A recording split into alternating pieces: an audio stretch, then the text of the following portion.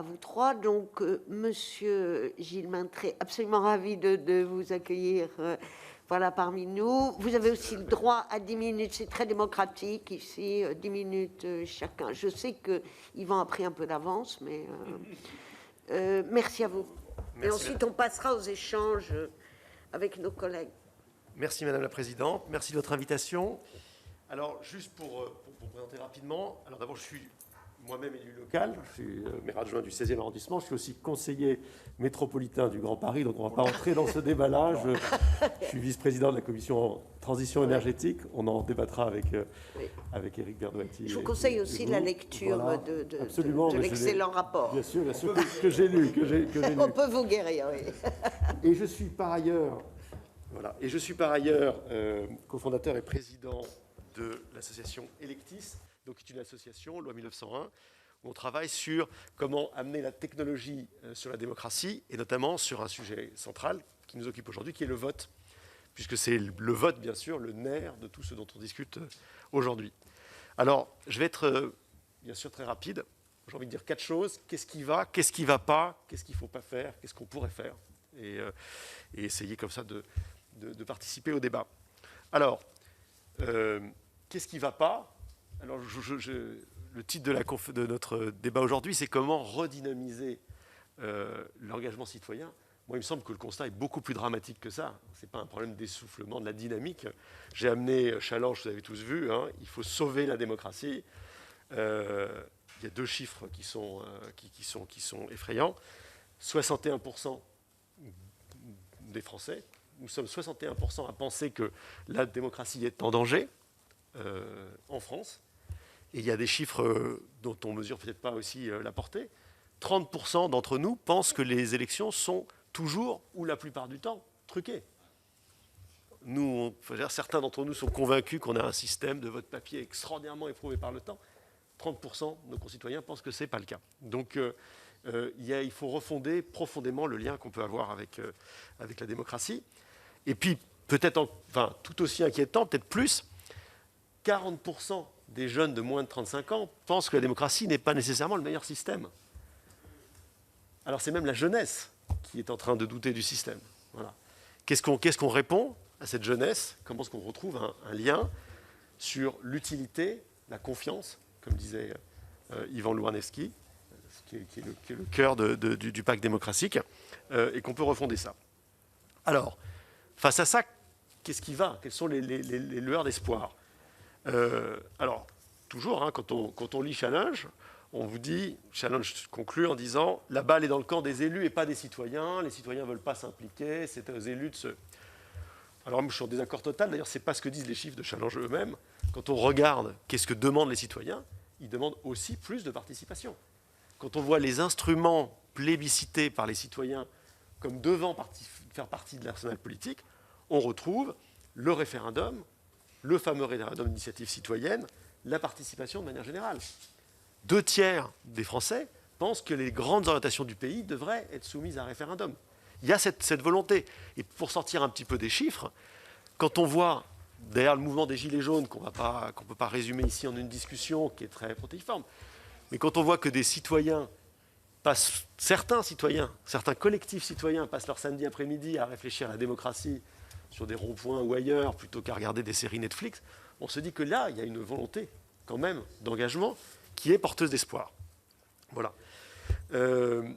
Moi, j'ai bien aimé quand on parlait du blanc-seing. Ce qui ne fonctionne plus, dans le fond, c'est un système dans lequel il n'y aurait qu'un blanc-seing. On élit un maire et un conseil municipal pour 6 ans, et puis ensuite, il se représentera, et si on n'est pas content, on vote contre, si on est content, on vote pour. Non, il faut trouver d'autres instruments. Il ne s'agit pas de jouer le peuple contre les élus contre le peuple. Il faut juste hybrider les deux. Alors, par rapport à ça, quels sont on voit qu'il y a plein d'outils. On en a eu des exemples, ça fait des années. Avec un peu de recul, qu'est-ce qui a l'air de fonctionner, qu'est-ce qui a l'air de ne pas fonctionner? Alors, je commence par ce qui n'a pas l'air de bien fonctionner. Ce mot de démocratie participative, qui était quand même très galvaudé, on en parle tout le temps. Jacques Rancière disait « c'est une idée bâtarde ». C'est le bon mot, c'est le bâtard, c'est-à-dire que c'est à la fois, on veut participer, mais pas trop. Je prends l'exemple des budgets participatifs. Ce n'est pas du tout, on va revenir sur ça, parce que précisément, vous avez fait autre chose, et c'est ça qui est au contraire formidable. Le budget participatif, c'est on met aux voix de la population une part très réduite du budget. Je prends un exemple emblématique qui est Paris, puisqu'ils ont été parmi les premiers à le faire. 5% de la section d'investissement. On le saupoudre sur 500 projets et on demande aux citoyens de voter. Bon, évidemment, c'est surtout les porteurs de projets, les gens intéressés qui votent. Et à l'arrivée, on arrive sur des chiffres qui sont très faibles. 5% pour le dernier vote. C'est même en baisse par rapport à celui au vote précédent. Pareil pour un certain nombre de référendums locaux. La loi de 2003 a permis de créer des vrais référendums locaux dans les villes, de consulter les citoyens. Mais on voit que dès que les enjeux sont faiblement identifiés, pas intéressants, on arrive à des chiffres qui sont décourageants. Faire voter par référendum local, en conduisant les gens à se déplacer dans les urnes, en mettant un bulletin avec des assesseurs, tout ça pour passer la vitesse de circulation à 30 km/h ou changer la circulation d'une rue, on voit bien que c'est disproportionné et on arrive à des résultats de 5 à 10% de participation. On l'a vu récemment à la Courneuve, au Kremlin-Bicêtre, à Charleville-Mézières, etc. En revanche, quand il y a un véritable enjeu qui mobilise toute une collectivité, alors là, on voit des déplacements très importants. Quand Grignan a fait voter sur l'emplacement des fermes photovoltaïques, on a eu 50% de participation. Parce qu'évidemment, c'était un sujet dont on parlait dans tous les cafés de la commune. C'était un sujet majeur et sur lequel le maire, à l'époque, a considéré qu'il n'était pas, que son mandat ne lui donnait pas la légitimité pour trancher ce point. Donc, qu'est-ce qu'on pourrait faire par rapport à ça?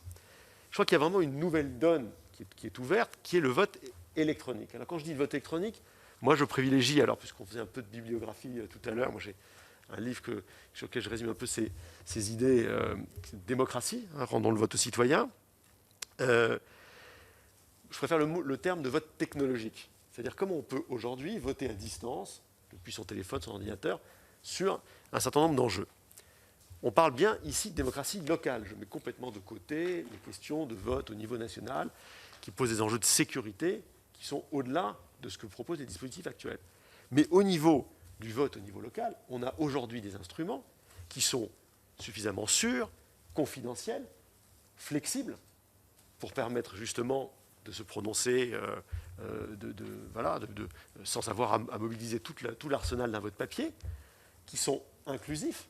Ça permet à la fois d'aller chercher des gens qui ne pourraient pas se déplacer, qui n'ont pas le temps de se déplacer compte tenu de leurs contraintes, tout en maintenant des formes de vote direct pour ceux qui ne peuvent pas le faire. Et là, je voudrais citer un exemple, puisqu'on est un peu aussi en partage d'expérience. Donc nous, l'association Electis, on a développé une solution, comme il y en a d'autres. On fait des partenariats avec un certain nombre de collectivités. La première, c'est la ville de Neuilly-sur-Seine, qui a donc lancé Neuilly Vote depuis septembre dernier, qui vote sur des enjeux très locaux, commencer par des enjeux culturels. Par exemple, ils ont repris le cinéma en régie municipale. C'est les citoyens qui votent sur la programmation. Comme ça, ils vont voir les films qu'ils ont envie d'aller voir. Et le maire a dans l'idée, Jean-Christophe Fromentin, d'aller vers des enjeux plus importants, mais il y a toute une culture, et c'est un point là que je voudrais insister, une culture de vote électronique, habituer les citoyens à s'enregistrer, à voir comment ça fonctionne, etc. Mais évidemment, pour ceux qui ne savent pas s'utiliser un téléphone, un ordinateur, à la médiathèque, il y a un endroit où on vient avec une tablette et puis on vous aide à voter comme si c'était un isoloir. Donc c'est très inclusif. C'est très expérimental, pragmatique aussi. On parlait tout à l'heure de jugement majoritaire, de vote préférentiel. Il faut évidemment ouvrir les vannes de la démocratie et tenter plein d'autres idées. Je veux dire, il n'y a pas de raison que sur ce sujet-là, on soit si peu créatif, alors que dans tous les autres secteurs de la société, on l'est autant. Et là, bien sûr, le vote électronique donne une flexibilité extraordinaire par rapport à ça. Vous avez vu que la ville de New York, maintenant, fait du vote qu'ils appellent du rank voting, par classement, qui est une forme de vote préférentiel. Bon, avec le vote papier, ça devient un monstre. Je veux dire, il faut voter, dépouiller. Vous imaginez, dépouiller en ayant classé les votes, etc. Bon, évidemment, avec le vote électronique, c'est extraordinairement plus simple. Et puis, je rajouterai une dernière dimension de ce vote plus fréquent électronique, c'est le vote utile. On disait, il y a un sentiment, pourquoi aller voter? Vous parliez, parce que à la carte, je ne trouve pas ce dont j'ai besoin. et ben là, il y a un lien direct entre le vote et la réalisation que puis en être trouvée, puisque tout de suite, on en voit les conséquences. Alors, il y a quelques questions, et je vais en finir par là, hein, qui restent à se poser. Il y a des questions juridiques, et je pense que comme on est ici chez le législateur, je voulais quand même attirer votre attention là-dessus. Il y a un certain nombre de contraintes légales et aussi, voilà, qu'il faudrait examiner, peut-être assouplir tout en gardant un cadre, voilà, que la CNIL permet. Les référendums locaux au sens de 2003 ne peuvent pas être organisés de manière électronique aujourd'hui. Donc vous voyez quand même la lourdeur, c'est pour ça qu'il y en a si peu. Et puis un autre point juridique, c'est qu'il nous semble que pour la garantie de la confiance, Éric Berdoati avait raison de dire la transparence, ce n'est pas une valeur en soi. En revanche, la confiance dans le système démocratique, dans l'instrument de vote, elle est fondamentale. Toute une partie de nos concitoyens considèrent donc que le vote papier, comme on l'a vu, est fraudé, considèrent que le vote électronique est lui aussi fraudé. Donc cette confiance, elle passe par le fait que les instruments doivent être open source, comme on dit en anglais, en logiciel libre. Et ça me paraît une condition fondamentale. Si jamais il n'y a pas la possibilité pour chacun de se rendre compte de ce sur quoi on vote, comment on vote, ça ne peut pas être que l'affaire de quelques collectivités qui le feraient eux-mêmes, quelques civic tech qui le feraient eux-mêmes, en vous disant appuyez là, faites-nous confiance, ça va ressortir. L'enjeu est suffisamment crucial pour qu'on ait cette transparence et cette vérifiabilité à chaque étape du processus. Et puis il y a la préparation de ce débat, parce que voter est une chose, il faut avoir discuté avant. Donc toutes les expériences locales de consultation de jurys citoyens sont effectivement extraordinairement riches. Moi, à titre personnel, je suis réservé sur le tirage au sort, puisque précisément c'est une logique qui est assez contradictoire avec le vote. Mais ce tirage au sort peut être hybridé avec la libre participation. On peut tirer au sort des citoyens pour, comme vous disiez, leur taper sur l'épaule, en fait, pour leur dire venez, tout en laissant la porte ouverte à ceux qui veulent venir participer. C'est ce que font les Danois. C'est très ouvert et ça ne donne pas une fausse impression de légitimité en disant c'est le hasard qui t'a désigné, c'est toi qui es légitime. Non, c'est juste la porte est ouverte pour qu'il y ait le plus grand nombre de consultations possible. Voilà. Donc j'en termine par là. Je pense qu'il faut qu'on n'aura pas une seule solution, on n'aura pas une solution de vote, un type de consultation. Il faut au contraire cette effervescence. Et moi j'aimais beaucoup, Madame la Présidente, quand vous parliez des trophées que vous vouliez remettre sur des expériences. On a la richesse en France de ce nombre de collectivités, de ces territoires. Eh bien, laissons chacun expérimenter là où il est et puis faisons remonter les meilleures idées. Voilà, merci beaucoup. Merci beaucoup, Monsieur Maintré. Vraiment, à nouveau, je remercie chacun pour la richesse de vos interventions et la mise en lumière de l'enjeu qui est le nôtre, du fait que nous constatons, mais nous ne devons pas déplorer, la situation, elle est ainsi, la société évolue ainsi, et les élus sont là pour conduire le changement, dirait certains, mais en tout cas s'adapter. Voilà. Et qu'il y a une grande complexité dans l'analyse que nous faisons. Il n'y a pas de solution miraculeuse, contrairement à ce que l'on pourrait souhaiter ou penser, et que les idées qui paraissent miraculeuses et qui parfois sont un peu courtes, peuvent cacher la réalité, les enjeux des choses. Donc vraiment, merci à tous. Alors,